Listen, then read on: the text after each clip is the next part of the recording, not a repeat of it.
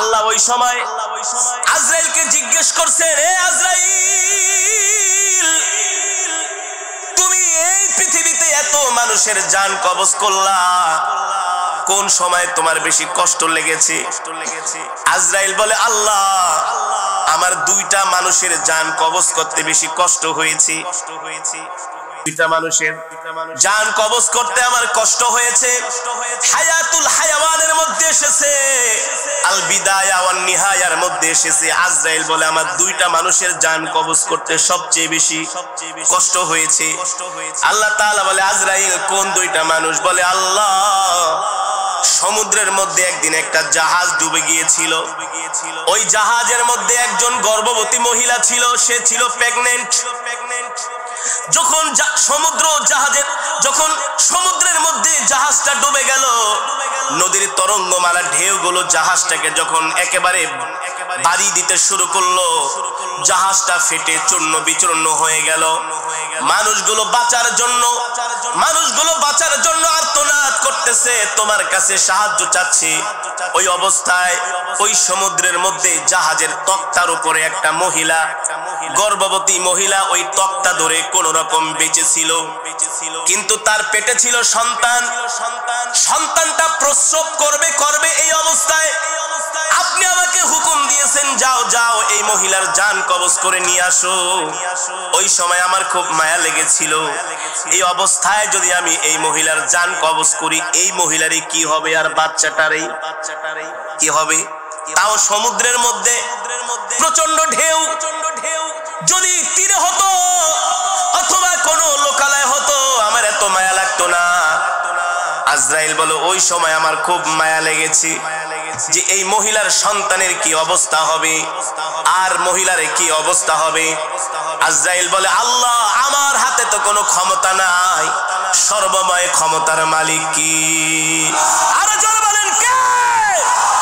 ইন্নামা আমরুহু ইযা আরাদা শাইআন আইয়াকুলা লাহু কুন ফায়াকুন। আল্লাহ বলে, আমি আল্লাহ এমন আল্লাহ, আমি আল্লাহ যা ইচ্ছা তাই করি। আমার আল্লাহর যখন যা মন চায় আমি তাই করি। আমি যদি কোনো কিছু করতে চাই, আমি আল্লাহ কারো কাছ থেকে পারমিশন নিতে হয় না, নিতে হয় একমাত্র শুধু আল্লাহর নবীর জান কবজের সময় আজরাইল নবীজির কাছে অনুমতি চেয়েছে। আপনার আমার নবী, বিশ্ব নবী, তার কাছে এসে আজরাইল বলে, ওগো আল্লাহর নবী, আল্লাহ তাআলা আমাকে পাঠিয়েছেন আপনার জান কবজ করার জন্য। কি পাঠিয়েছেন? কিন্তু আল্লাহ আমাকে নির্দেশ দিয়েছেন, আগে আপনার থেকে অনুমতি নিতে হবে। যদি অনুমতি দেন জান কবজ করব, আর যদি অনুমতি না দেন খালি হাতে ফিরে যাব। আল্লাহু আকবার। এই মর্যাদাটা শুধু আপনার আমার নবীর ক্ষেত্রে, আর কারো বেলায় নয়। আজরাইল কাউকে গণে না, কারো কাছে আজরাইলের কোনো টাইম নাই। শুধু একমাত্র নবীর কাছে এসে বলেছেন, ওগো আল্লাহর নবী, আল্লাহ আমাকে পাঠিয়েছেন, আল্লাহ আপনার সাথে সাক্ষাৎ করতে চান। আল্লাহু আকবার। কে সাক্ষাৎ করতে চান? আল্লাহ আপনার সাথে সাক্ষাৎ করতে চান। আল্লাহ আমাকে আপনার কাছে পাঠিয়েছেন, যদি অনুমতি দেন জানটা কবজ করব, অনুমতি না দিলে খালি হাতে ফিরে যাব। আল্লাহর নির্দেশ। সুবহানাল্লাহ। হাবিবে কিবরিয়া রাহমাতুল লিল আলামিন বললেন, হে আজরাইল, অনুমতি দিব, তবে আমার আল্লাহর সাথে এখনো একটা কথা বলা বাকি রয়ে গেছে। আরো জোরে বলেন সুবহানাল্লাহ। কয়টা কথা? আরো জোরে বলেন, কয়টা কথা? আমরা তো সাধারণত দেখি, যখন কোনো মানুষ মারা যায়, ইন্তেকালের আগে সন্তানকে ডাকে, বলে আমার যতগুলো সন্তান আছে সবাইকে নিয়ে আসো। বড় সন্তানকে সবচেয়ে কাছে ডাকে, ছোট সন্তানকে ডাইকা বলে, তোর মায়ের খবর রাখিস, বোনগুলোর খবর রাখিস, ওই যে সম্পদগুলো রেখে গেলাম এগুলো তোরা ভাগ বাটোয়ারা করে নিয়ে আনিস, ঝগড়া ঠগড়া করিস না। বলে কি বলে না? মেয়েদেরকে বিবাহ দিয়েছি, ছোট মেয়েটাকে মাঝে মাঝে দাওয়াত দিয়ে না খাওয়াইস, খোঁজ খবর রাখিস, ঠিক কিনা বলেন? আপনার আমার নবী কলিজার টুকরা বিশ্ব নবী রাহমাতুল লিল আলামিন আজরাইলকে বলে, আজরাইল, ও আজরাইল, আইনা আখি জিবরাইল, আমার ভাই জিবরাইল কোথায়? আল্লাহু আকবার। আজরাইল বলে, হুয়া ফিস সামাইল উলা, জিব্রাইল প্রথম আসমানে। পয়গম্বর বলে আমার আল্লাহর সাথে এখনো একটা কথা বলা বাকি রয়ে গেছে, এই কথাটা যতক্ষণ পর্যন্ত আমি না বলবো, এই কথার ফয়সালা যতক্ষণ পর্যন্ত না হবে, আমি নবী আমার জান কবজ করার অনুমতি দিব না। আরো জোরে বলেন সুবহানাল্লাহ। কত পাওয়ারফুল নবী, কত পাওয়ারফুল নবী, আল্লাহু আকবার। এত পাওয়ার, এত প্রায়োরিটি, এত ক্ষমতা আল্লাহ কোন পয়গম্বর কি, কোন প্রেসিডেন্ট, কোন বাদশা, আমেরিকার প্রেসিডেন্ট আইসা বলবো বাইডেন তাড়াতাড়ি রেডি হন, জেট বিমান থেকে বের হন, আপনার রাজ সিংহাসন থেকে বের হন। আরে আজরাইল আইসা বুকের ভিতরে ধরবো, বলে সময় শেষ, বহুত খাইছস, বহুত নাফরমানি করছস, এবার কড়াই গন্ডায় হিসাব দিতে হবে। ঠিক কিনা বলেন? আমার নবী দু জাহান, সরকারে দু আলম, ইমামুল আম্বিয়া, সাইয়্যিদুল মুরসালিন, খাতামুন নবিয়্যিন, আল্লাহু আকবার। পয়গম্বর বলে আইনা আখি জিবরাইল, এ মালাকুল মউত জিবরাইল নিয়ে আয়, তারপরে মৃত্যুর অনুমতি। পয়গম্বর বলতে দেরি, জিবরাইল তার ৭০,০০০ ডানা জাপটায়া নবীর সামনে হাজির। সুবহানাল্লাহ বলেন। নবীর ইন্তেকালের অবস্থাও যুবক ভালো করে খেয়াল করো। নবীর চোখে পানি, জিবরাইলের চোখেও পানি। নবী বলে ইয়া আখি লিমা তাবকি ইয়া জিবরাইল, ও ভাই জিবরাইল আপনি কাঁদেন কেন? আল্লাহু আকবার। পয়গম্বর বলে জিবরাইল আপনি কাঁদেন কেন?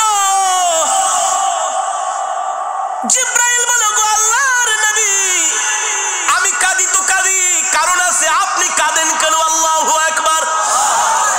আপনার মাহবুব, আপনার বন্ধু তো আপনার জন্য বসে আছে, আপনার সাথে সাক্ষাৎ করবে। আল্লাহু আকবার।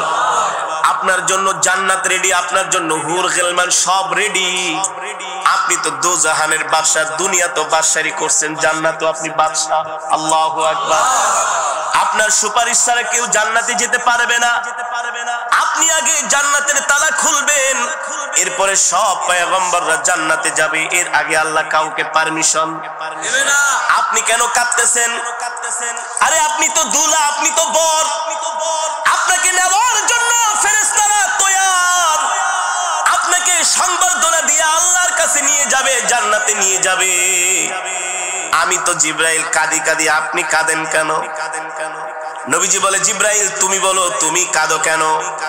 জিবরাইল বলো গো আল্লাহর নবী, মালাকুল মউত আপনার শিহরে বসা, আপনার মাথার কাছে বসা, অনুমতি দিলেই তো আপনার জান কবজ করে ফেলবে, কিন্তু আপনি ইন্তেকাল করবেন, এই কষ্ট তো আমি জিবরাইল সইতে পারি না। আল্লাহ আমাকে বিশেষ ফেরেশতা বানানোর কারণে আল্লাহ আমাকে কত পয়গম্বরের কাছে ওহী নিয়ে পাঠাইছি। কোন পয়গম্বরের কাছে আমি 10 বার ওহী নিয়ে গিয়েছি, কোন পয়গম্বরের কাছে আমি 20 বার ওহী নিয়ে গিয়েছি, কোন পয়গম্বরের কাছে আমি 80 বার ওহী নিয়ে গিয়েছি, কোন পয়গম্বরের কাছে আমি 300 বার ওহী নিয়ে গিয়েছি। কিন্তু আপনি এমন একজন আল্লাহর পয়গম্বর, আমি আপনার কাছে 100 বার, 80 বার, 300 বার নয়, আমি আপনার কাছে 1000, 2000 বার নয়, আমি আপনার কাছে 5000, 10000 বার নয়, আমি জিবরাইল আপনার কাছে ওহী নিয়ে 24000 বার এসেছি। আল্লাহু আকবার। যারা বলেন আল্লাহু আকবার। আপনার ইন্তেকাল হবে, আমার কলিজা ফেটে যায়, আজকের পর থেকে আর কলিজার টুকরা নবীকে দেখব না। আল্লাহু আকবার। ওগো নবী, এবার আপনি বলেন আপনার চোখে পানি কেন? জিবরাইল বলে, পয়গম্বর বলে ও জিবরাইল, ফেরেশতা বসে আছে, অনুমতি দিলেই জান কবজ করবে, কিন্তু ইন্তেকালের আগে আমি জানতে চাই আমার ইন্তেকালের পরে আমার এতিম উম্মতের কে খবরদারি করবে? আল্লাহু আকবার। এ জিবরাইল, আমি আমার মৃত্যুর জন্য প্রস্তুত আছি, তৈয়ার আছি, কিন্তু এই কথাটার আগে ফয়সালা করবে আল্লাহ, তারপরে আমি আমার জান কবজ করব। জিবরাইল চলে গেলেন আল্লাহ তাআলার আরশে আজিমে। আল্লাহ রাব্বুল আলামিন জিজ্ঞেস করলেন জিবরাইল কেন এসেছো? জিবরাইল বললেন ওগো আল্লাহ, একটা কথা ফয়সালা না হওয়ার আগে আপনার বন্ধু জান কবজ করার অনুমতি দিবে না। আল্লাহ বলে, হে জিবরাইল, আমি তো আমার বন্ধুর কোনো মনের কথা, কোনো উপরে কোনো নিচের কথা, কোনো গোপন কথা তো আমি আল্লাহর বাদ রাখি নাই। তার সকল মনের আশা তো আমি পূর্ণ করেছি। আমার বন্ধুর এখনো কি বাকি রয়ে গেছে? এবার জিবরাইল বলে, আপনার বন্ধু বলেছেন তার ইন্তেকালের পরে তার এতিম উম্মতের কি খবরদারি করবে। এবার রব্বুল আলামিন বলে, ও জিবরাইল, যাও যাও, আমার বন্ধুর ইন্তেকালের আগে আমার বন্ধুকে সুসংবাদ দিয়া দাও। আমার বন্ধুর ইন্তেকালের পরে স্বয়ং আমি আল্লাহ রাব্বুল আলামিন তার উম্মতের খবরদারি করব। আল্লাহু আকবার। এই কথা শুনে নবীজির মুখে হাসি। এবার হাবিবে কিবরিয়া বলে, ও আজরাইল, মালাকুল মউত, তুমি আবার জান কবজ করো। ও মুসলমান, ইন্তেকালের সময় নবী উম্মতি বলেছেন। এবার নবীর বুক মোবারকের মধ্যে আজরাইল তার হাতটা দিয়েছে। কিতাবের মধ্যে এসেছে, নবীজি বলে, আজরাইল, তুমি কি বুকের ভিতরে আমার হাত দিয়েছো নাকি সারা দুনিয়াটা আমার বুকের মধ্যে চাপায় দিছো? আজরাইল, ও আজরাইল, যত কষ্ট আমাকে দাও, আমার এতিম উম্মতকে মৃত্যুর সময় কষ্ট দিও না। আল্লাহু আকবার। যারা বলেন আল্লাহু আকবার। পয়গম্বর বলে, আজরাইল, ওয়াদা করো আমার উম্মতকে কষ্ট দিবা না। যত কষ্ট আমি নবীকে দাও, আমার এতিম উম্মতকে কষ্ট দিও না।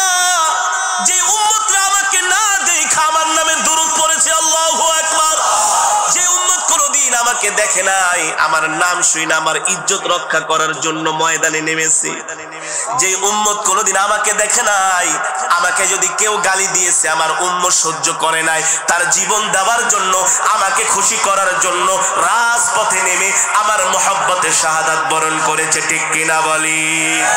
এ জিবরাইল, যত কষ্ট আমাকে দাও, আমার উম্মতকে কষ্ট দিও না। ও বাবা, মৃত্যুর যন্ত্রণা এত ভয়ঙ্কর যন্ত্রণা। নবীজি বলেছেন, মৃত্যুর যন্ত্রণার কিঞ্চিত উদাহরণ হচ্ছে একটা জ্যান্ত খাসিকে জবাই না করে যদি তার শরীর থেকে চামড়া খসানো হয়, ওই খাসিটা যতটুকুন কষ্ট পাবে তার চাইতে আরো হাজার কোটি গুণ একজন বদ্দিন ইন্তেকালের সময় কষ্ট পাবে। এই কারণে নবীজি বলেছেন, হে আজরাইল, আমার উম্মতকে কষ্ট দিও না। এবার আজরাইল বলে, ওগো নবী, আপনাকে মৃত্যুর সময় সুসংবাদ দিচ্ছি। দুনিয়ার জমিনে সত্যিকার অর্থে আপনাকে আপনার যেই উম্মতেরা মহব্বত করবে, ভালোবাসবে, তাদেরকে আমি এইভাবে জান্নাতে তাদের জান আমি এইভাবে কবজ করব, মনে হয় ছোট শিশু তার মায়ের দুধ খাচ্ছে। আল্লাহু আকবার। জান্নাতের সুঘ্রাণ তার নাকের ভিতরে চলে যাবে, কোন সময় তার রূহটা বের হয়ে যাবে সে কোনো সময় টেরও পাবে না। আল্লাহু আকবার। ও মুসলমান, এই দুনিয়া থাকার জায়গা নয়, এই দুনিয়া ছেড়ে আমাদেরকে চলে যেতে হবে। কোন সময় মৃত্যুর ডাক চলে আসে আমরা কেউ জানি না। জানি না, কে বলেন? আমরা কেউ জানি না। সদা সর্বদা মৃত্যুর জন্য আমাদেরকে প্রস্তুতি নিতে হবে, সদা সর্বদা মৃত্যুর জন্য আমাদেরকে তৈয়ার হতে হবে। অথচ আমরা দুনিয়া নিয়ে আসি, অথচ আমরা বাড়ি গাড়ি নিয়ে আসি, অথচ আমরা টাকা পয়সা নিয়ে আসি, আমরা আমাদের দল নিয়ে আসি, আমরা আমাদের ক্ষমতা নিয়ে আসি। খোদার কসম করে বলি, তুমি দুনিয়াকে নিয়ে যতই চিন্তা ভাবনা করো না কেন, যতই প্ল্যান প্রোগ্রাম করো না কেন, আল্লাহ তাআলার পক্ষ থেকে যখন নির্দেশ আসবে, তোমাকে চার হাত পা নিয়ে কবরে চলে যেতে হবে। ঠিক কিনা বলি? এই কারণে আল্লাহ বলছেন, ইয়া আইয়ুহাল ইনসান, ইয়া আইয়ুহাল ইনসানু মা গররাকা বিরাব্বিকাল কারীম।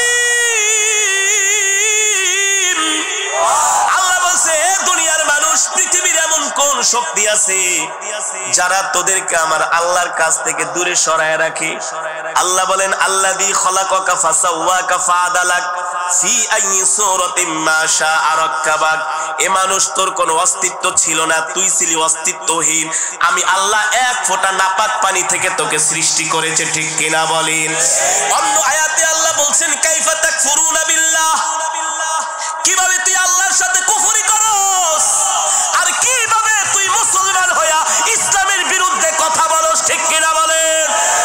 আল্লাহ বলেন, কাইফা তাকফুরুনা বিল্লাহ, আল্লাহর আমার সাথে কুফরি করিস না। কি করিস না? ক্ষমতা পায়া শুধু লাফাইস না আর ক্ষমতার দাপট দেখাইস না। এর কারণ হলো ফেরাউন কিন্তু 450 বছর ক্ষমতা ছিল। আল্লাহ ফেরাউনকে লোহিত সাগরের মধ্যে ডুবিয়ে মেরেছেন। ঠিক কিনা বলেন? আল্লাযী খলাকাকা ফাসাওয়াকা ফাআদালাক ফি আই সূরাতিন মা শাআ রাক্কাবাক। আল্লাহ বলে বান্দারে কিভাবে তোরা আমার সাথে নাফরমানি করস, তোদেরকে আমি আল্লাহ কত সুন্দর করে বানাইছি। একজনের চেহারার সাথে আর একজনের চেহারার কোনো, একজনের কণ্ঠের সাথে আর একজনের কণ্ঠের, একজনের যোগ্যতার সাথে আর একজনের যোগ্যতার কোনো। যতই প্রতিভাবান মানুষ হোক না কেন, বলে ভাই আপনার গজল, আপনার কেরাত, আপনার বক্তৃতা একেবারে তার মতো। আরে এই বাংলার জমিনে সুন্দর বক্তৃতা দেওয়ার মতো একজন নেতা এসেছেন, শেখ মুজিবুর রহমান। কত নেতা বক্তব্য দেয় কিন্তু বঙ্গবন্ধুর মতো শোনা যায় এক পিস। আল্লাহ ওয়ান পিস পিস করে দুনিয়াতে পাঠাইছে প্রতিভা দিয়া। তোমাকে আল্লাহ যে প্রতিভা দিয়েছে তাকে সেই প্রতিভা দেয় নাই। তোমার মধ্যে আল্লাহ যে যোগ্যতা দিয়েছে তার মধ্যে সেই যোগ্যতা দেয় নাই। তোমার মধ্যে আল্লাহ যে নেয়ামত দান করেছেন তার মধ্যে সেই নেয়ামত দেয় নাই। আল্লাহ বলে আমি আল্লাহ এমন আল্লাহ, ফি আইয়ি সূরাতিন মা শাআ রাক্কাবাক। আমি আল্লাহ তোমাদেরকে যেমন চেয়েছি তেমন সুন্দর করে আমি আল্লাহ তোমাদেরকে বানাইছি। আল্লাহু আকবার। আল্লাহু আকবার। আল্লাহ বলে দুনিয়াতে পাঠাইলাম আর আয়েশা আমার নাফরমানি, দুনিয়াতে পাঠাইলাম আর আয়েশা আমার নাফরমানি। ইসলামের বিরুদ্ধে কথা বলো, কোরআনের বিরুদ্ধে কথা বলো, আছে কি আছে না? জোরে বলেন আছে কি আছে না? আল্লাহ বলে মসজিদের মিনার থেকে আমি তোমাদেরকে ডাকি হাইয়া আলাস সালাহ, নামাজের দিকে আসো, হাইয়া আলাল ফালাহ, কল্যাণের দিকে আসো। আর তোমরা ঘাড় বেঁকা কইরা চায়ের দোকানে বৈশা বৈশা বাংলা সিনেমা দেখো। একটা সিনেমা 3 ঘন্টা পর্যন্ত বৈশা বৈশা দেখো, কোনো কষ্ট লাগে না। আর মসজিদে নামাজ পড়তে গেলে মাত্র 15 মিনিট টাইম লাগে। মনে হয় ওই 15 মিনিট টাইম বৈশা থাকলে তোমার একেবারে কলিজাটা ছিঁড়া যায়। ঠিক কিনা বলেন? এগুলো শয়তানের প্ররোচনা। কার প্ররোচনা? জোরে বলেন কার প্ররোচনা? আল্লাহ বলে বান্দারে যা কিছু করস না কেন কর, যা কিছু করস না কেন কর। কাল্লা বাল তুকাদ্দিবুনা বিদ্দীনি ওয়া ইন্না আলাইকুম লাহাফিজিন কিরামান কাতিবিনা ইয়ালামুনা মা তাফআলুন। এ বান্দা দুনিয়ার জমিনে তুই আমার সাথে নাফরমানি করস, মনে রাখিস তুই ভুলা যাইতে পারস আমি আল্লাহ কিন্তু তোদের 2 জন ফেরেশতা 2 কাঁধের মধ্যে দিয়া দিছি। তারা শুধু ভিডিও করে রাখবে। কি করে রাখবে? জোরে বলেন কি করে রাখবে? আল্লাহ বলে হাসরের মাঠে আমি যখন বিচারের মাঠ কায়েম করব, তোরা যখন আমার বিচারের কাঠ গড়ায় দাঁড়াবি, আমি আল্লাহ বলবো এই কাজ, এই অন্যায় তুই গভীর রজনীতে করেছিলি। তুই বলবি আল্লাহ আমি জিনা করি নাই, আমি মানুষকে গভীর রাত্রে গুলি কইরা মারি নাই, আমি কারো সম্পদ লুণ্ঠন করি নাই, আমি কোন আলেমের গায়ে হাত দেই নাই। গতকালকের আগের দিন একজন সন্ত্রাসী একজন ইমামের 2 হাত কেটে ফেলেছে। জানেন না? ইমাম সাহেব বরিশালের বাবুগঞ্জে কত বড় জানোয়ার, কত বড় অপদার্থ, কত বড় কুলাঙ্গার। ঠিক আছে, ঠিক আছে। ইমাম সাহেব সে কি ফেরেশতা? মানুষ না? তার ভিতরে দোষ গুণ নাই? এ কারণেই তো শাহ আতাউল্লাহ বুখারী রাহমাতুল্লাহি আলাইহি তার কাছে এলাকার কিছু মানুষ গিয়েছে, বলে হযরত আমাদেরকে একজন ইমাম দেন। কি দেন? ইমাম দেন। সমাজে এমন কিছু কুলাঙ্গার আছে, বেয়াদব আছে, এই কুলাঙ্গাররা মাঝে মাঝে মসজিদের ইমাম আলেমদের সাথে বেয়াদবি করে। যে সমস্ত যুবক আলেমদের সাথে বেয়াদবি করবে বুঝতে হবে ওর জন্মে সমস্যা আছে। কিসে সমস্যা আছে? জন্মে সমস্যা, ওর রক্তের সমস্যা, ওর ব্লাডের মধ্যে সমস্যা। রাগ করতেছেন?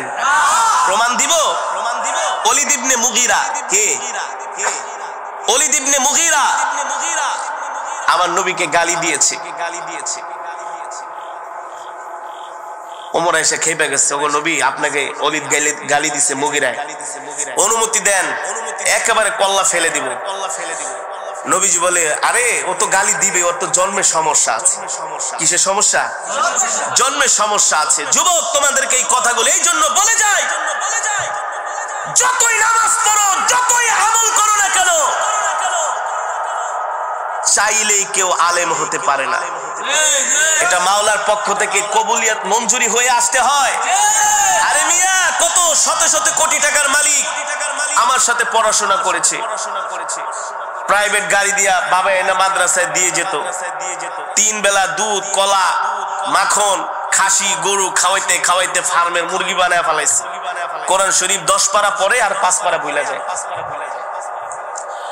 উস্তাদরা পড়াইতে গেলে পিটান দিলে বাপের কাছে বিচার দেয়, বাপে আবার এসে হুজুরকে হাতায়, ওই যে মালপানি, বুঝলেন না? হুজুর আপনি আমার ছেলেরে, একদিন এক উস্তাদকে এমন করে ধমকাইতেছে, আপনি আমার ছেলের গায়ে হাত দিয়েছেন, জানেন আমি কে, আমার কত ক্ষমতা? হুজুর বলে আপনার ঘোড়ার ডিমের ক্ষমতা, যান আপনি। হুজুরের চোখে পানি। ওই ছেলে আর আলেম হইতে পারে নাই। এত সোজা না। কোরআন এটা আল্লাহ তাআলার কালাম, এটা ওহির জ্ঞান, এটা চাইলে আল্লাহ সবাইকে দেয় না। এটা পেতে হলে কষ্ট করতে হয়, সাধনা করতে হয়, চোখের পানি ফেলতে হয়। এত সোজা না মিয়া। ওইসব ডাক্তার, ফাক্তার, ইঞ্জিনিয়ার এগুলো আমাদের জন্য হওয়া কোনো ব্যাপারই না। মাত্র 13 মাসে হাফেজ হইছি। কত মাসে? 13 মাসে আল্লাহ হাফেজ বানাইছে, আলহামদুলিল্লাহ। 1000-এর উপরে মোবাইল নাম্বার মুখস্থ, 200, 250, 300-এর উপরে প্রোগ্রাম মুখস্থ। ফোন দিলে বলতে পারি তোমার প্রোগ্রাম এত তারিখে, এতটা, এত সময়তে, এত সময়। হুজুর এটি মনে রাখেন কেমনি? আর এটা তো কম্পিউটার। ডাক্তার, ইঞ্জিনিয়ার এগুলো আমাদের জন্য হওয়া পান্তাবাদ ছিল, কারণ কোরআন শরীফই মুখস্থ করতে পারছি। ওইসব ইংরেজি বই, ওইসব মুখস্থ করা আমাদের জন্য কোনো ব্যাপার ছিল? কোনো ব্যাপার না। যেটা বলতেছিলাম, আলেম হওয়া এত সোজা না। হুজুরকে এসে ধমকায়, আপনি আমার ছেলের গায়ে হাত দিলেন কেন? উস্তাদের চোখে পানি। ওই ছেলে আলেম হতে পারে নাই। এখন অনেক বড় ব্যবসায়ী দেখলে হাত ধরে, দোস্ত ছোটবেলায় একসাথে পড়তাম, তুই তো আলেম হয়ে গেছিস, দেশ বিদেশে ঘুরোস, কোরআন পড়োস, তোর তেলাওয়াত আমি নিজেও শুনি, আমার ওয়াইফও শুনে, আমার সন্তানরাও শুনে। আমি আলেম হইতে পারলাম না। আমি বলছি আলেম হইতে পারতি, তোর বাপে যদি হুজুরের সাথে বেয়াদবি না করত। কি বেয়াদবি না করতো? বেয়াদব আল্লাহর দরবার থেকে আল্লাহ তাকে হটায় দেয়। বেয়াদব আল্লাহ পছন্দ করে না। আল্লাহর দরবারে বেয়াদবের কোনো স্থান নাই। আর যে আলেমের সাথে বেয়াদবি করে, ওই তো সবচেয়ে বড় বেয়াদব। আলেম কে? নায়েবে নবী। আলেম কে? নায়েবে নবী। আল উলামা ওয়ারাসাতুল আম্বিয়া। উলামায়ে কেরাম হচ্ছে নবীর ওয়ারিস। কার ওয়ারিস? জোরে বলেন, কার ওয়ারিস? নবীর ওয়ারিস। ওলীদ ইবনে মুগীরা নবীকে গালি দিয়েছে, নবীর কষ্ট লাগছে না? নবীজি চাইলে ওর 1 মিনিটের ভিতরে ফিনিশ করে দিতে পারতেন। নবীজি সবর করেছেন, ধৈর্য ধরেছেন। তো নবীজি বলছে, সাহাবীরা, ওলীদ ইবনে মুগীরার জন্মে দোষ আছে। কি আছে? নবীর মুখের কথা কি মিথ্যা হতে পারে? জোরে বলে। সূর্যের আলো যেমন সত্য, চন্দ্রের আলো যেমন সত্য, তার চাইতে আরো কোটি গুণ সত্য আমার নবীর জবানের কথা। সাহাবীরা তো খুশিতে বাকবাক হয়ে, ওলীদ ইবনে মুগীরা তুই আমাদের নবীকে গালি দিছস, তো তোর জন্মে সমস্যা আছে। ওলীদ ইবনে মুগীরা একটা মজমার ভিতরে বসা ছিল, এত বড় নেতা, আল্লাহ তাআলা শুকরিয়া, জাযাকাল্লাহ খাইর। একটা মজমার মধ্যে বসা, আয়েশা যদি কয় তোর জন্মে সমস্যা আছে, প্রেস্টিজে লাগে না? কেমন লাগে? খুব লাগে। কেমন লাগে? ওলীদ ইবনে মুগীরা ছিল শিক্ষিত মানুষ, দাঁত কামড়ায় আর বলে, মুহাম্মদে কইছে আমার জন্মের সমস্যা, কি করি? এগুলারে মারলে না আবার কি এর সমস্যা বইলা দেয়। আবার যদি মারি, আবার যদি মুহাম্মদ আবার কোনটা বইলা দেয়, তাহলে তো আরো বিপদে পড়বো। কারণ ওলীদ ইবনে মুগীরা মক্কার কাফেরেরাও জানতেন আল্লাহর নবী আল্লাহর পয়গম্বর, কোনো সন্দেহ নাই, কোনো। মুহাম্মদ যা বলে তাই হয়ে যায়। মুহাম্মদ কোনদিন মিথ্যা কথা আরে বলে না, দেখেই তো মক্কার কাফেরেরা টাকা পয়সা জমায়া এমন অনুষ্ঠান করে নবীজিকে আল আমিন উপাধি দিয়েছে। কি দিয়েছে? কোন ঝগড়া লাগলেই বলতো আমাদের আল আমিনকে ডাকো। আল্লাহু আকবার। আমাদের আল আমিনকে ডাকো, সেই আমাদের সমাধান দিতে পারবে। আর আল আমিন যেটা সমাধান দিবে আমরা সেটাই মেনে নিব। আল্লাহু আকবার। নবী এখনো তরুণ, এখনো কি তরুণ, এখনো যুবক হয় নাই। নবীর রায় মক্কার বড় বড় লিডারেরা মেনে নেয়। ওলীদ ইবনে মুগীরা বলে, মুহাম্মদ বলছে আমার জন্মে সমস্যা আছে। নিশ্চয়ই আসলেই কোনো সমস্যা, আমার জন্মে মুহাম্মদের কথা কোনোদিন মিথ্যা হতে পারে না। ওলীদ ইবনে মুগীরা একদিন, 2 দিন, 3 দিন পর্যন্ত ঘরের দরজা লাগায় বসে ছিল। আত্মমর্যাদায় লাগছে না? এত মানুষের সামনে কইছে জন্মের সমস্যা, হয় আবার বিচার করব কেমনে? পাবলিক তো কয় আপনি আপনার জন্মের সমস্যা, আপনি কি বিচার করবেন? যান, বলবে কি বলবে না? আর আরবের মানুষের খাসলত তো আরো খারাপ ছিল, জাহেলিয়াত যুগের মানুষ। 3 দিন পর্যন্ত ওলীদ ইবনে মুগীরা ঘরের ভিতরে দরজা লাগায় বসে আছে, খায় না, ঘুমায় না, কিছু। 3 দিন পরে ওলীদ ইবনে মুগীরার মা আসছে, বাবা মন ফোন খারাপ। ওলীদ কি হয়েছে তোমার? আম্মা জান, বেয়াদবি মাফ করবেন, আপনাকে একটা কথা জিজ্ঞেস করব, বলবেন? কি কথা?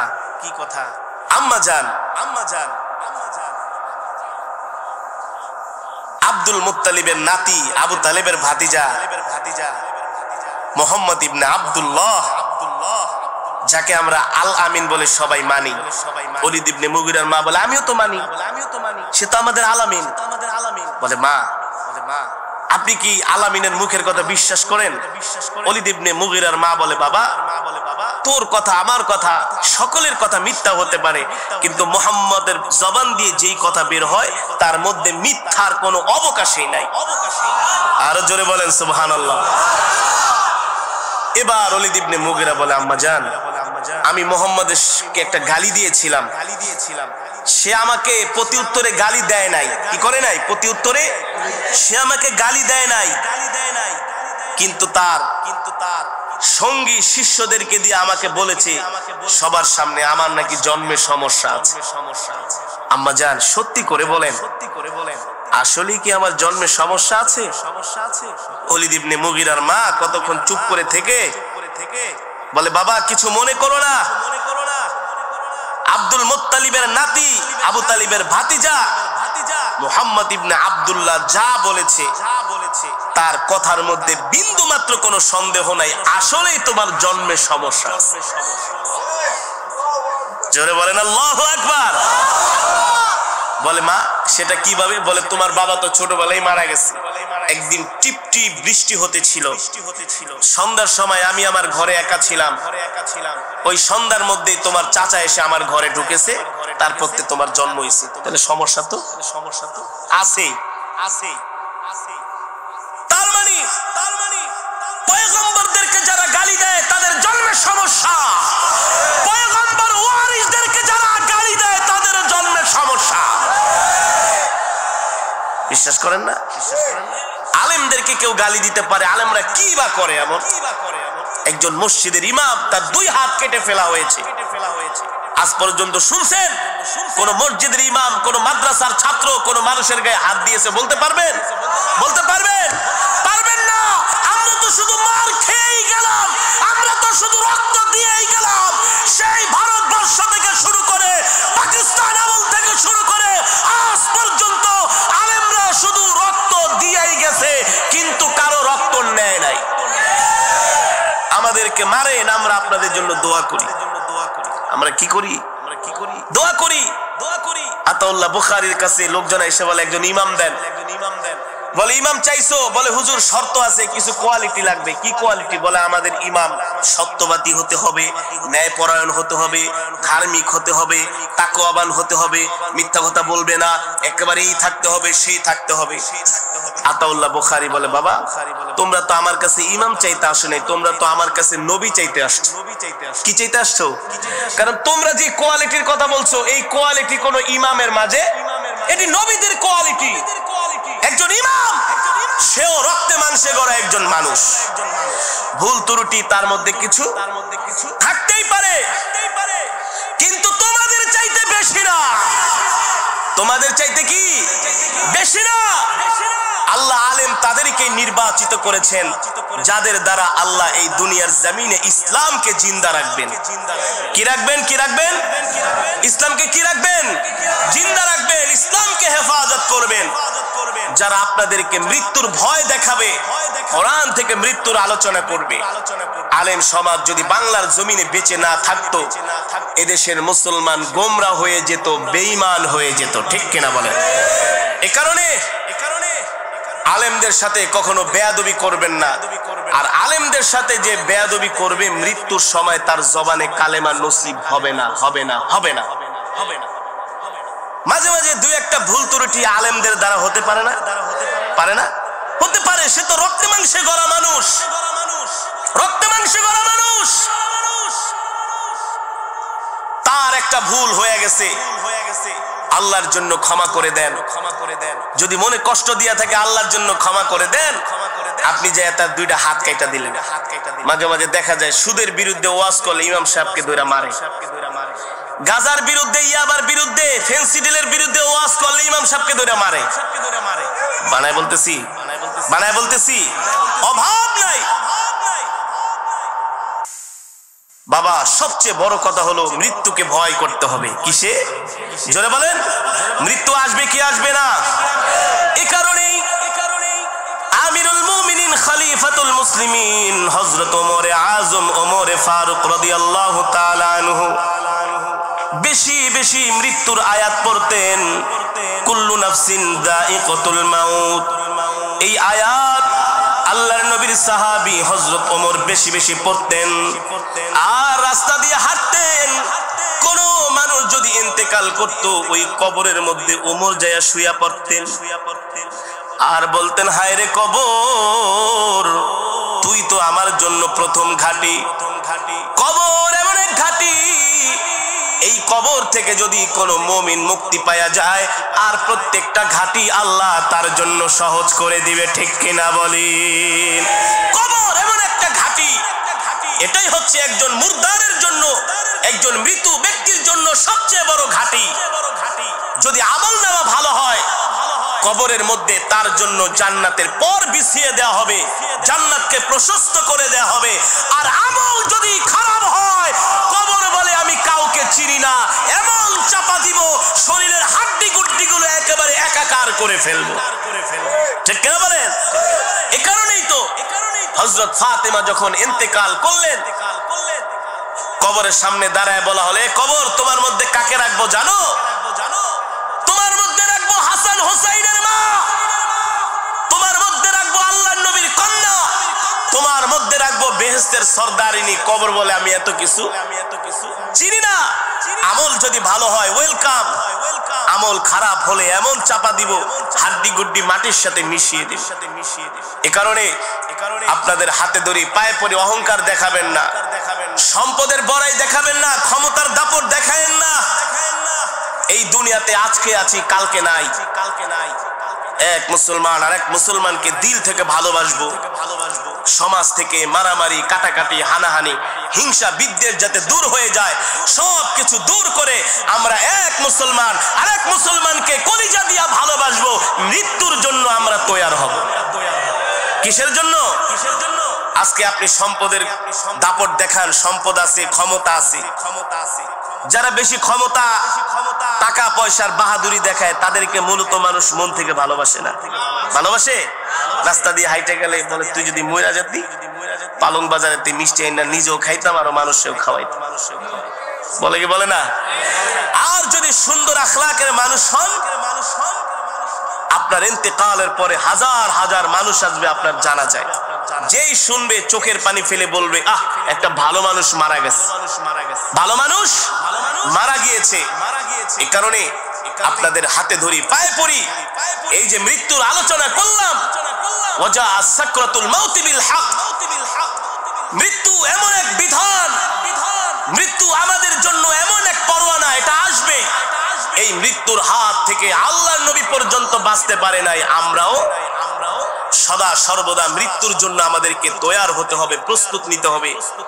আর একজন মানুষ যদি মৃত্যুর জন্য তৈয়ার হয়, প্রস্তুতি নেয়, দুনিয়ার সম্পদের দিকে সে তাকায় না, ক্ষমতার দিকে সে তাকায় না, মানুষের সাথে খারাপ ব্যবহার করে না, মানুষের সাথে খারাপ আচরণ করে না। ঠিক কিনা বলে?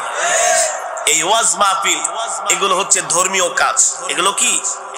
সবাই মিলে ঝিলে সমাজের সব মানুষ একত্রিত হয়ে এই ধর্মীয় কাজগুলো করবেন। বাংলাদেশের যত বেশি ওয়াজ মাহফিল হবে তত মানুষ কোরআনের আলোচনা শুনবে। লস নাকি লাভ? জোরে বলেন, লস নাকি লাভ? সমাজে কিছু মানুষ আছে তারা শুধু চুলকায়। কি করে? বলে এত ওয়াজ মাহফিল হয়ে লাভ কি? আরে বেটা, এত ওয়াজ মাহফিলের কারণেই তো আজকে যাত্রা ঠাত্রা বন্ধ হয়েছে। ওয়াজ মাহফিল না থাকলে তো এখন আমার দেশের যুব সমাজ যাত্রা দেখতে যাইতো।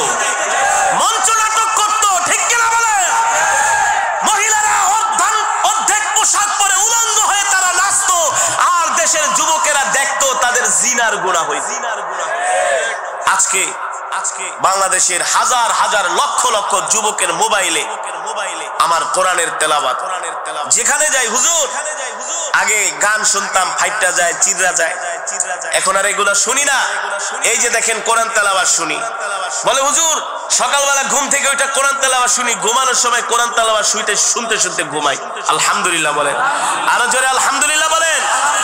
বাংলাদেশের গার্মেন্টস ফ্যাক্টরির ম্যাক্সিমাম ওয়ার্কাররা এখন কোরআন শুনে। আমার মসজিদ যেখানে আশেপাশে অনেক ফ্যাক্টরি, আইসা বলে হুজুর আগে তো শুধু বাংলা গান ছাইরা দিতাম আর কাজ করতাম, সিলাইতাম, আর এখন হুজুর খালি কোরআন তেলাওয়াত চলে আর কাজ করি। তাহলে এই ওয়াজের মাধ্যমে ফায়দা হয়েছে কি হয়েছে না? জোরে বলেন, হয়েছে কি হয়েছে না? হ্যাঁ, এই ধর্মীয় কাজগুলো যেখানে হবে সেখানে বাধা দিবেন না। যুবকদেরকে বাধা প্রদান কেন করবেন? তারা ওয়াজ মাহফিল না করে যদি আজকে একটা গানের আসর বসাইতো, এই মাটিটা একেবারে পবিত্র হতো না? পবিত্র হতো? যে জমিনের মধ্যে গান বাজনা ঢোল তবলা বাজানো হয়, ওই জমিন অপবিত্র হয়, আর ওই জমিন আল্লাহর কাছে অভিশাপ দেয়, বলে মালিক তোমার জমিনের উপরে এই সমস্ত নিকৃষ্ট গুনাহের কাজগুলো করতেছে, আল্লাহ যাদেরকে করতেছে তাদেরকে তুমি শায়েস্তা করো। এই কারণে ধর্মীয় মাহফিল নিয়ে, ধর্মীয় কোন কাজ নিয়ে আমরা বিভেদ করব না। নিজের যদি একটু কষ্ট হয় সেগুলো নিজ থেকে একটু মানায় নিব। ধর্মীয় কাজ, সমাজের কাজ আমরা এক হয়ে সবাই একসাথে আল্লাহ আল্লাহ রসুলের সন্তুষ্টির জন্য এই ধর্মীয় কাজগুলো আমরা করতে রাজি আছি তো ইনশাআল্লাহ? রাজি আছে তো ইনশাআল্লাহ? যেই যুবকের আজকে ওয়াজ মাহফিলের আয়োজন করেছে, আপনারা খুশি নাকি বেজার? কেউ বেজার ঠেজার আছেন নাকি? দুই চারজন আছেন? একটু হাত উঠান তো বেজার থাকলে। বলছি বেজার থাকলে। মাশাআল্লাহ, জজবার ঠেলায় হাত উঠায় ফেলাইছে। কিসের ঠেলায়? আপনারা আজকে মাহফিল হওয়ার কারণে সবাই খুশি। কে কে খুশি হাত উঠান। নারায়ে তাকবীর, নারায়ে তাকবীর বলেন। আল্লাহ এই মাহফিলকে কবুল করে নেন, কিয়ামত পর্যন্ত কবুল করে নেন। আপনারা আমাদের এই হাতগুলো ফেরেশতারা ক্যামেরা বন্দী করে রাখছে, দেখবে আমরা কোরআনের মাহফিলের পক্ষে ছিলাম, আমরা ইসলামী সম্মেলনের পক্ষে ছিলাম। যে ধর্মীয় কাজে সম্পৃক্ত হয় সে আল্লাহর প্রতিনিধি হয়ে যায়। কি হয়ে যায়? আল্লাহর প্রতিনিধি। মনে করবেন না শুধু ইসলামের দাওয়াত দেওয়া শুধু হুজুরদের কাজ না, এটা আপনাদেরও কাজ। এটা কি? আপনাদেরও কাজ। আল্লাহর নবী যখন কোরআনের দাওয়াত দিয়েছেন, সাহাবীরা নবীকে সাহায্য করেছেন না? ওলামায়ে কেরাম এখন কোরআনের কথা বলবে, সমাজের যুবক শ্রেণী মুসলমানরা ওলামায়ে কেরামের পাশে থাকবে, আর না থাকলে হাসরের মাঠে আল্লাহর কাছে জবাব দিতে হবে। ঠিক কিনা বলেন? আমরা যতদিন বাঁচবো আল্লাহর কোরআনের পক্ষে বাঁচতে রাজি আছি তো ইনশাআল্লাহ? আল্লাহ আমাদের কবুল করুন বলি আমিন। এই মাহফিলকে আল্লাহ কিয়ামত পর্যন্ত কবুল করুক বলি আমিন। আমরা যেভাবে করে একসাথে কোরআনের মজমায় গভীর রজনী পর্যন্ত বসে আছি, এভাবে একসাথে যেন আমরা আল্লাহর জান্নাতে যেতে পারি। রব্বি কারীম আমাদের সকলকে কবুল করুক বলি আমিন। সম্মানিত হাজিরিন, আজকে আমার বয়ানের মূল বিষয় ছিল এই পৃথিবীতে আমরা কেউ থাকতে পারবো না। পারবো না। এই পৃথিবী ছেড়ে আমাদেরকে চলে যেতে হবে। সুতরাং মৃত্যুর জন্য আমাদেরকে তৈয়ার হতে হবে, মৃত্যুর জন্য আমাদেরকে প্রস্তুতি নিতে হবে। দুপুর বেলা ভাত খেয়েছি, রাত্রে খেতে পারবো কি পারবো না জানি না। জোহরের নামাজ পড়েছি, আসরের নামাজ মসজিদে যেয়ে পড়তে পারবো কি পারবো না। মাগরিবের নামাজ পড়েছি, এশারের নামাজ পড়ে ঘুমানোর পরে ফজরের সময় উঠতে পারবো কি পারবো না, কোনো গ্যারান্টি আছে? নাই। এ কারণে আমাদের সদা সর্বদা মৃত্যুর জন্য প্রস্তুতি নিতে হবে, মৃত্যুর জন্য তৈয়ার থাকতে হবে, বেশি বেশি করে আমল করতে হবে। আল্লাহ তাআলা আমাদের সকলকে ঈমানি মৃত্যু নসিব করুন বলি আমিন। এই আশা ব্যক্ত করে আমি আমার আলোচনা এখানেই শেষ করছি। কিছু বলবে কেউ? দুরূদ শরীফ। আল্লাহুম্মা সাল্লি আলা মুহাম্মাদ ওয়া আলা আলি মুহাম্মাদ كما صليت على إبراهيم وعلى آل إبراهيم إنك حميد مجيد اللهم بارك على محمد وعلى آل محمد كما باركت على إبراهيم وعلى آل إبراهيم إنك حميد مجيد سبحان الله وبحمده সুবহানাল্লাহিল আযীম। আমরা সকলের জন্য দোয়া করব, প্রাণ খুলে দোয়া করব। যারা মাহফিলের আয়োজন করেছেন অত্র এলাকার যুব সমাজ, বিশেষ করে আজকের মাহফিলের যুব সমাজদের যিনি সভাপতি সাহেব সোহানুর রহমান শাওন ভাই, মামুন ভাই, নূরে আলম সিদ্দিকী সাহেব, ইমাম সাহেব, আরো অনেক আমার যুবক বন্ধুরা আমি আশেপাশে দেখেছি, আমার খুব ভালো লেগেছে। সারা বাংলাদেশের যতগুলো জেলা বলেন, থানা বলেন, উপজেলা বলেন, এমন কোন জায়গা বাদ নাই যে আমি কোরআনের মাহফিলে যাই না। পৃথিবীর এই পর্যন্ত প্রায় 20টার উপরে দেশে গিয়েছি, আল্লাহ কোরআনের উসিলায় নিয়েছেন।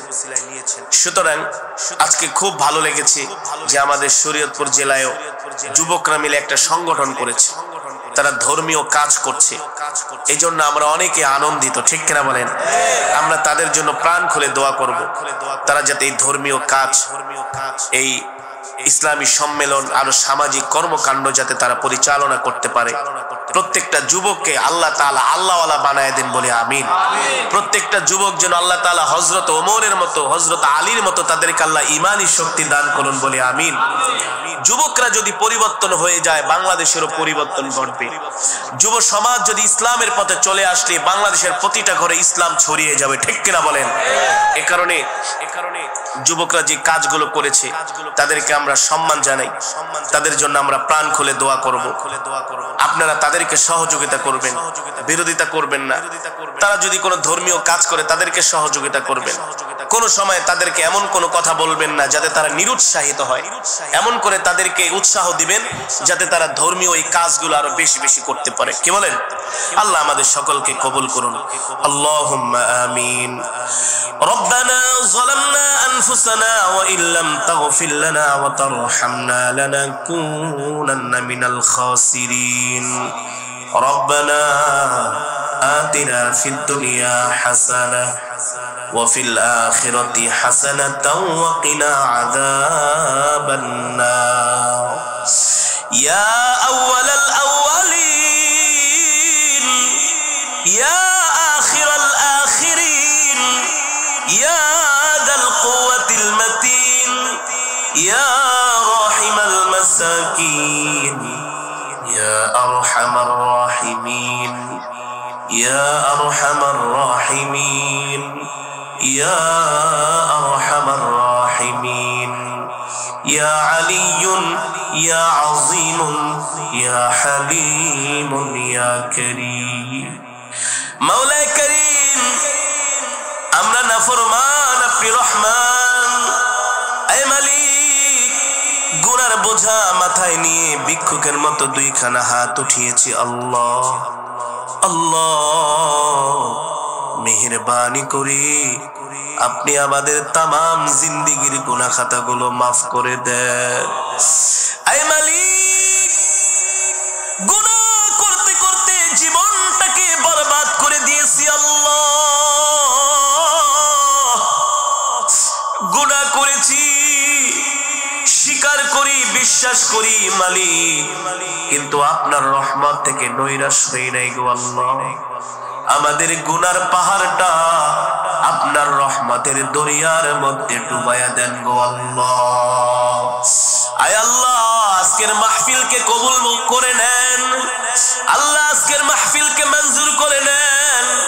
আয় মালিক, এই মাহফিল করার জন্য যারা সহযোগিতা করেছেন সকলের সহযোগিতাকে কবুল করে নেন। আল্লাহ, সকলের মেহনতকে কবুল করে নেন। আমার যুবক বন্ধুরা আজকের এই মাহফিলের আয়োজন করেছে, আমার প্রত্যেকটা যুবক ভাইদেরকে আল্লাহ দ্বীনের জন্য, ইসলামের জন্য কবুল করে নেন। আয় আল্লাহ, সভাপতি, সেক্রেটারি সাহেব থেকে শুরু করে যত যুবকেরা এই সংগঠনে আছে, আল্লাহ প্রত্যেকটা যুবককে নামাজি, দ্বীনদার, ঈমানদার বানায়া দেন।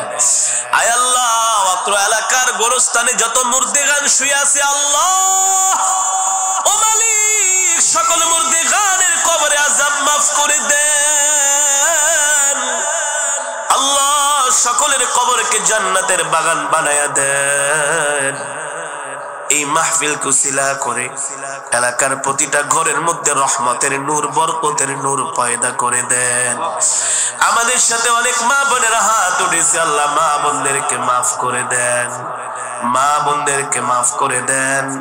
আল্লাহ মেহেরবানি করে আপনার পেয়ারা বান্দারা গভীর রজনী পর্যন্ত বসে বসে কোরআনের তেলাওয়াত শুনেছে, কোরআনের বয়ান শুনেছি। আল্লাহ আমার মতো নাফরমান তাদেরকে কি দিয়া বিদায় করব মালিক? প্রতিটা শ্রোতাদের জীবনের সব গুনাহগাতাগুলো মাফ করে দেন। আল্লাহ জাহান্নামের আগুন আমাদের জন্য হারাম করে দেন, জান্নাতুল ফিরদাউস আমাদের জন্য বরাদ্দ করে দেন। জনম দুঃখিনী মা 10 মাস 10 দিন গর্ভে ধারণ করে আমাদেরকে লালন করে ওই জনম দুঃখিনী মা অন্ধকার কবরে শুয়ে আছে। আল্লাহ ও মালিক, জনম দুঃখিনী মার কবরকে জান্নাতের বাগান বানায় দেন। যেই মা আমাদের জন্য কত কষ্ট করেছেন, বন্ধুর মতো বাবা কোলে পিঠে করে মানুষ করেছেন, রোদে পড়ে বৃষ্টিতে ভিজে। আল্লাহ পরীক্ষার সময় টাকা চাইলে বাবা পাগল হয়ে যেত, ঈদের সময় বাবা ভালো একটা জামাও কিনে না। সন্তানকে আনন্দ দেওয়ার জন্য রাত দিন কষ্ট করে পরিশ্রম করে ওই বন্ধুর মতো বাবা অন্ধকার কবরে শুয়ে আছে। আল্লাহ বাবাকে মাফ করে দেন। আল্লাহ বাবার কবরকে জান্নাতের বাগান বানায় দেন। আব্বা আম্মা উভয়কে মাফ করে দেন। আল্লাহ আমাদের মধ্য থেকে অনেকে অসুস্থ, আল্লাহ আপনি সুস্থতা দান করে দেন। এই মঞ্চের মধ্যে মাজমার মধ্যে অনেক দাড়ি পাকা বৃদ্ধরা আছে, আল্লাহ আপনি তাদেরকে মাফ করে দেন। আল্লাহ নবীজি বলেছেন যেই মজমার মধ্যে দাড়ি পাকা বৃদ্ধরা থাকে তারা যদি হাত উঠায় তাদের দোয়া কবুল না করলে আপনি নাকি লজ্জা পান গো আল্লাহ। এই দাড়ি পাকা বৃদ্ধ হাজী সাহেবদেরকে ওসিলা করে আজকের মজমাকে কবুল করে নেন, আজকের মাহফিলকে কবুল করে নেন। এই মাহফিলকে আল্লাহ কিয়ামত পর্যন্ত জারি করে দেন। আল্লাহ আমার যুবক ভাইদের চাকরি বাকরি ব্যবসার মধ্যে বরকত দিয়া দেন। যারা ব্যবসা করে, যারা চাকরি করে আল্লাহ প্রমোশন দিয়া দেন। যারা পড়াশোনা করে জিহাদ যাকাত বাড়ায়া দেন। আল্লাহ যারা বিদেশ যাওয়ার জন্য ট্রাই করতেছে আল্লাহ আপনি তাদেরকে কবুল করে নেন। আল্লাহ কে কে উদ্দেশ্য নিয়ে আপনার দরবারে হাত উঠিয়েছে মালিক আপনি সকলের মনের নেক মাকাসুদগুলো পূর্ণ করে দেন। আল্লাহ আমাদের দেশের উপর রহমত নাজিল করে দেন। আল্লাহ এই দেশটাকে ফুলে ফলে ভরে দেন। আমরা এক মুসলমান আর এক মুসলমানকে যেন আল্লাহ আপনার জন্য ভালোবাসতে পারি মালিক আমাদেরকে আপনি কবুল করে নেন। আল্লাহ এই পৃথিবী ছেড়ে আমাদেরকে চলে যেতে হবে। টাকা পয়সা বাড়ি গাড়ি কিছুই যাবে না, সাদা একখান কাপড় নিয়া হয়ে যাব রওয়ানা। আল্লাহ ওই মৃত্যু আসার আগে আমাদেরকে আপনার পেয়ারা বান্দা হিসাবে কবুল করে নেন। আপনার কাছে দরখাস্ত মালিক নাফরমানির মৃত্যু দিয়েন না, ইমানদারের মৃত্যু দিয়েন। জাহান্নামী বানায়া কবরে ডাক দিয়েন না, জান্নাতি বানায়া কবরে ডাক দিয়েন গো আল্লাহ। আমরা আল্লাহকে ডাক দেই ইয়া আল্লাহ, আরো জোরে বলি ইয়া আল্লাহ, আরো জোরে বলি ইয়া আল্লাহ। ও মালিক এই গভীর রজনীতে আমরা আপনাকে ডাক দিয়েছি, আমাদেরকে আপনি খালি হাতে ফিরাইয়া দিয়েন না। জাহান্নামের আগুন হারাম করে একটা জান্নাতুল ফিরদাউস আমাদের জন্য বরাদ্দ করে দেন। রব্বিরহামহুমা কামা রব্বায়ানি সগীরা, রব্বিরহামহুমা কামা রাব্বায়ানি সগীরা। মাওলা রে, জানি না কোন দিন মৃত্যুর পরোয়ানা জারি হয়ে যায়। আজরাইল আমাদের সামনে এসে হাজির হয় সেই কঠিন মুসিবতের সময়, কঠিন বিপদের সময়। আমাদের জবানে জারি করে দেন কালেমায়ে তাইয়্যিবা লা ইলাহা ইল্লাল্লাহু মুহাম্মাদুর রাসূলুল্লাহ।